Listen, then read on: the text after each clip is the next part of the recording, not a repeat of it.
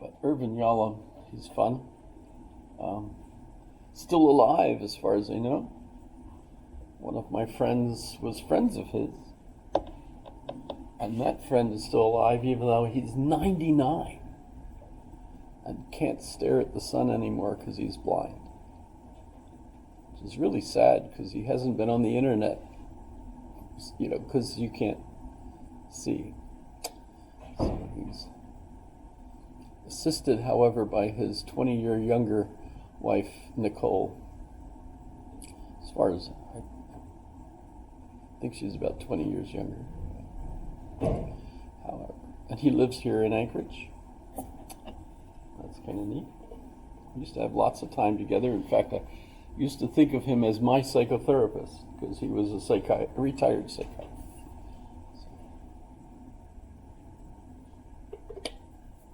But I mention this, of course, because of the total eclipse, which lots of people went down to the different areas in that 100-plus mile strip so that they could get rained on while it was happening. Have you heard from anyone? Did they actually see it, or were they? Yes, they. It was clear. It was clear. Where?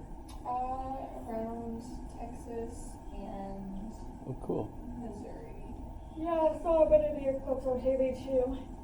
Yeah, that's what I've seen it on TV. What's the deal? That could be funny, I suppose. However, I've seen partials. I remember even as a kid with the cardboard box with the aluminum foil and the little pinhole and trying to figure out what's the fuss, Didn't seem, anything special. However, I have at least 2 local friends that traveled south to try to see it in person. Actually 3, because one of them is a couple, so it's kind of neat. They went to Texas. However, staring at the sun. Irvin Yalom, by the way, also wrote a book, which I'll mention eventually. This one, When Nietzsche Wept. And it's a novel about a hypothetical situation between Nietzsche and a psychotherapist who actually was a real person and was one of the mentors for Ziggy, aka Sigmund Freud. And Ziggy is in the book, and in fact he's in the movie, because there's a movie titled based on the book. And it's free on the internet, so you can watch it, because it's one of those movies that no one watches. So it's who cares if anybody pays for it? And yet, it's kind of a neat introduction to Nietzsche and Salome. Salome is amazing. Salome is the young woman that kind of tames Nietzsche. And Rilke, two of them. In fact, this is totally not what we're supposed to be talking about today. But let me do,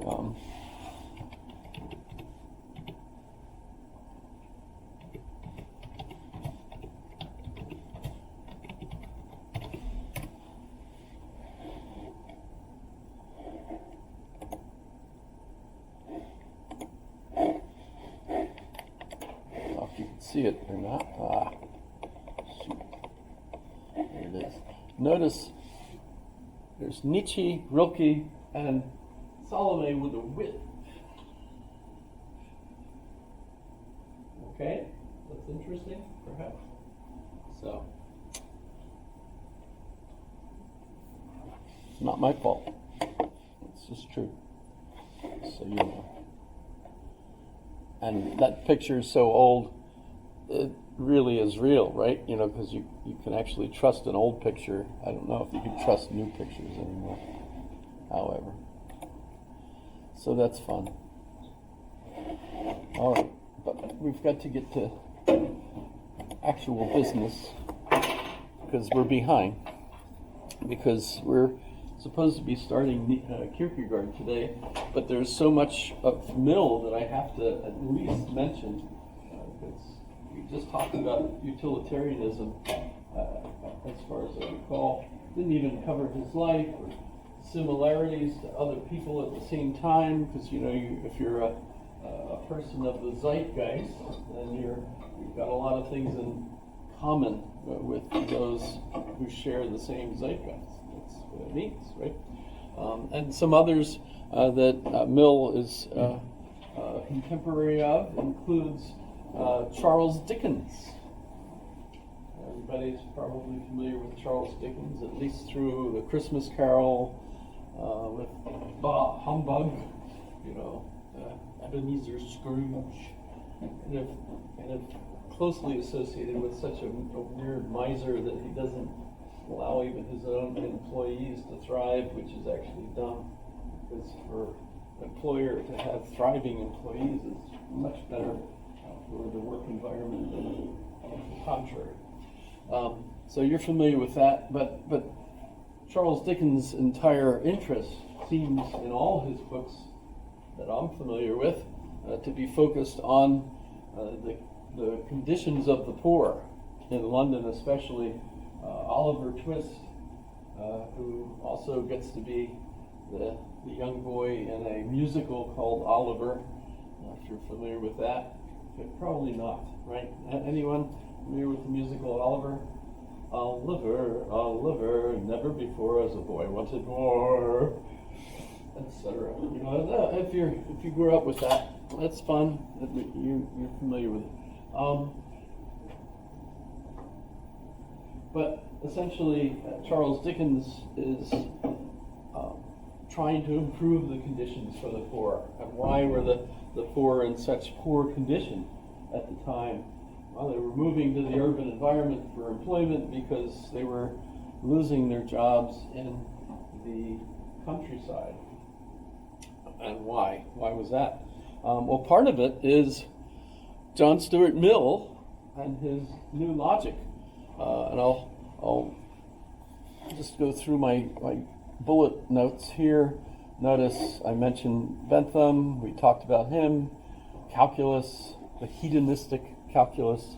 Government reforms to help the poor. Mill was even, for a time, in Parliament. Mill followed his father into the British East India Company, which he worked in all his life, really. He did have a mental crisis when he was in his 20s. Lots of attempts to figure out what exactly caused that. Part of it was clearly the way he was educated by his father, very intensely, and yet at the same time, Mill came to think that even if utility was true, and he followed the principles entirely, it would still leave him with essentially a meaningless life. And notice, keep that in your random access memory, because we're going to pull that same thing up when we talk about Kierkegaard. This is post-Hegelian.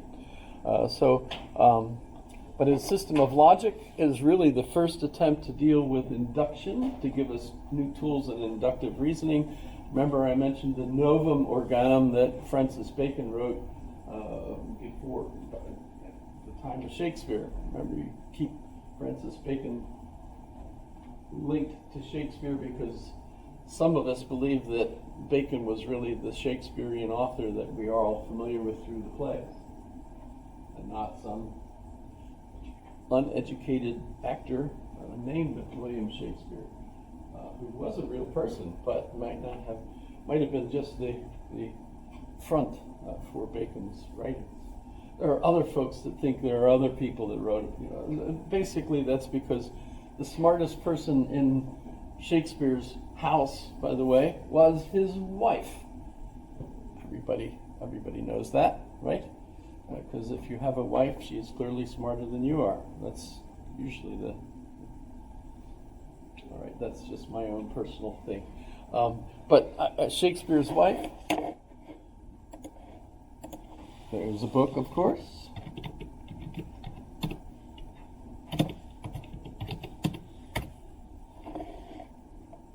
Yes, her name was Anne Hathaway, but that's not, here it is, Germaine Greer. Wrote a fascinating book about Shakespeare's wife. Shakespeare's wife was actually older and more educated, and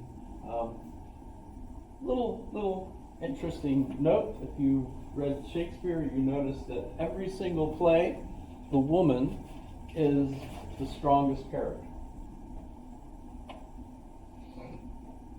This is not my fault. This is just true. I'm not just talking Lady Macbeth. Go kill them. Okay.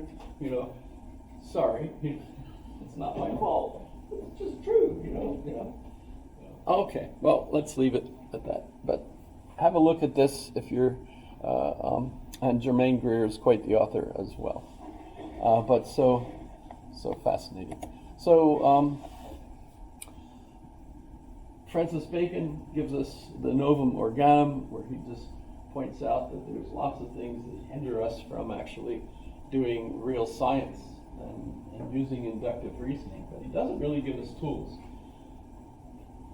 Mill, in his book Logic, does give us methods. And remember, these are not valid methods. You can't have validity in inductive reasoning because it's still a guess.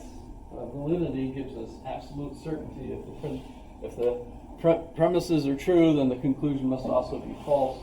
And that works because of the form of deductive arguments.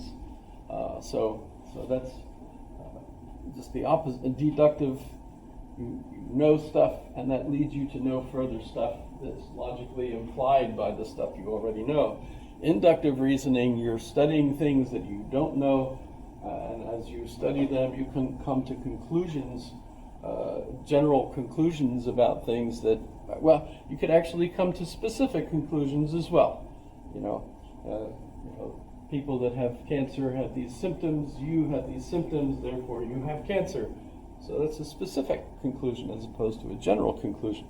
But you end up with a need to improve our inductive reasoning, which essentially is primarily psychological. So these methods are really psychological methods that give us a sense of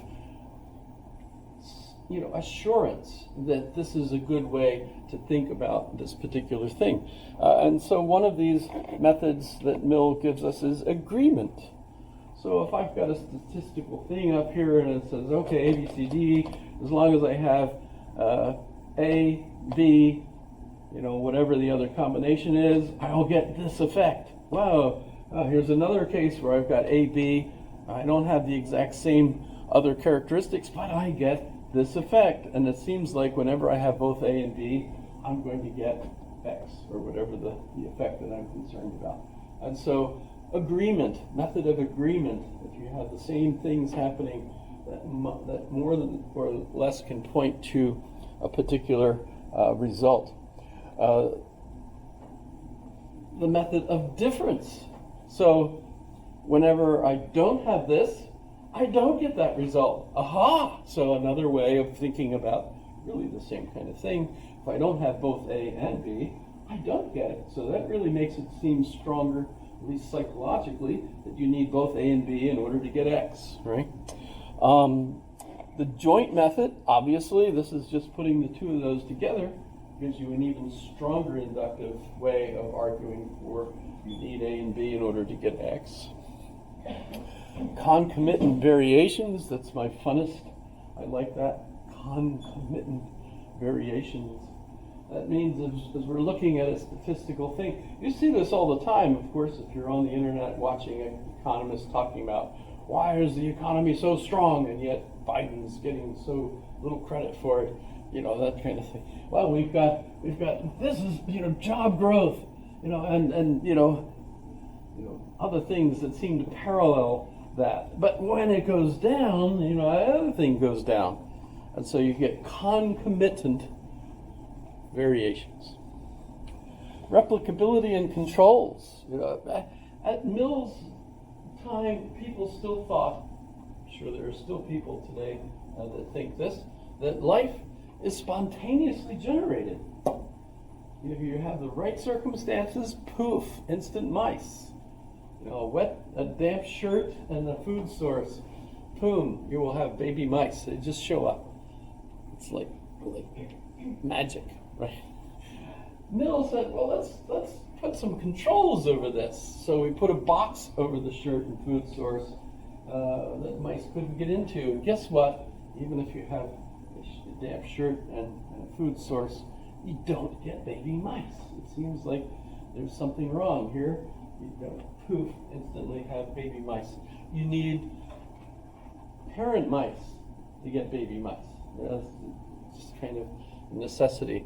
But the thing, of course, is you're able to replicate the experiment, and others can replicate it, and so you can see, you know, can we come up with a machine that is essentially, what's it called? You know, even without a source of energy, it can just keep going on forever. Now, even our pendulum over in the consortium, you know, has a little motor on the top that keeps it going. Yes? You know the pendulum in the library? No, it doesn't go that fast. Okay. You don't have engines that don't need fuel in order to make them run. Okay.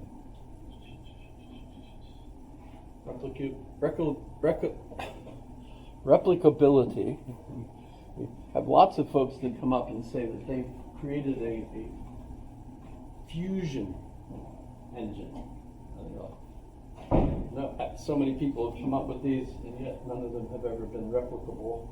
As a result, no one believes it until, of course, we end up, I think actually we're coming up with some fusion engines now.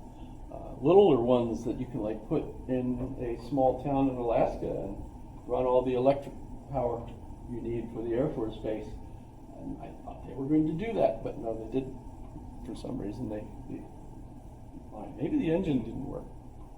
I don't know. But then you get controls over things. You can't just say this is the way this will work and not have controls over it that enable you to. And of course, when we're trying to do science in, say, social science, the social sciences, we call them the soft sciences instead of the hard sciences. Hard sciences are usually where you're dealing with like chemicals, hard things, right? And you know, those are relatively easy to replicate and control your experiments. When you're dealing with a social situation, you, number one, can't just literally give everybody diseases and see how they react. Well, yes, we did do that actually at some time in our remarkable medical past, which, by the way, brings up the consequentialist issue associated with utility. Utility is after the best result for the greatest number. Well, that actually means we can kill people as part of our experiment, and it's okay from a utilitarian standpoint because the goal is the greater good of everyone else, right?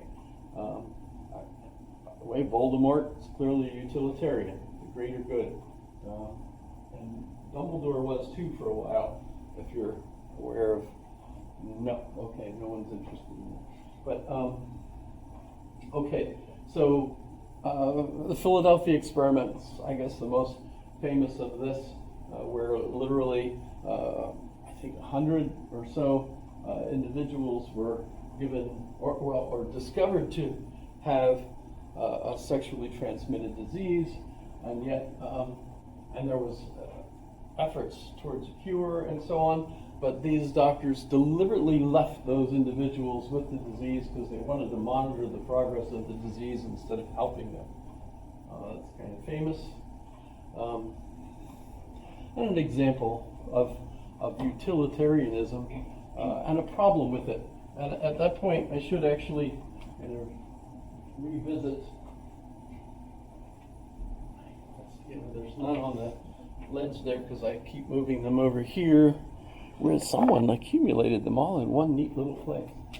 So if I go back to my little cognitive map, no, Kant. This is terrible. No trash can? No trash can.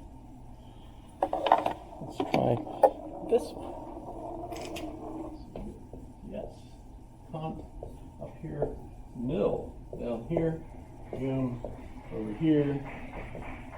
Aristotle. I'll just go Aris over here. So this is the self over here. This is certitude.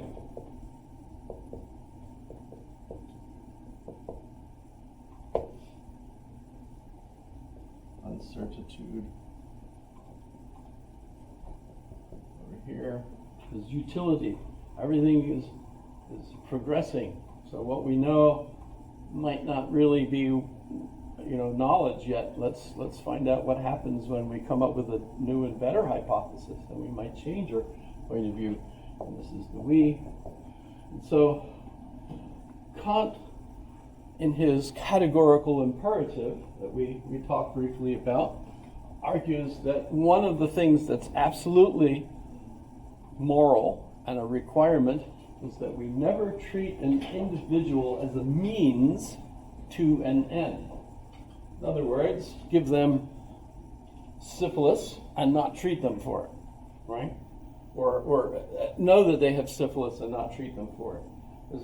Because we're using them as a means to finding out, what happens to a person after 10, 20, 30 years of this disease. What happens.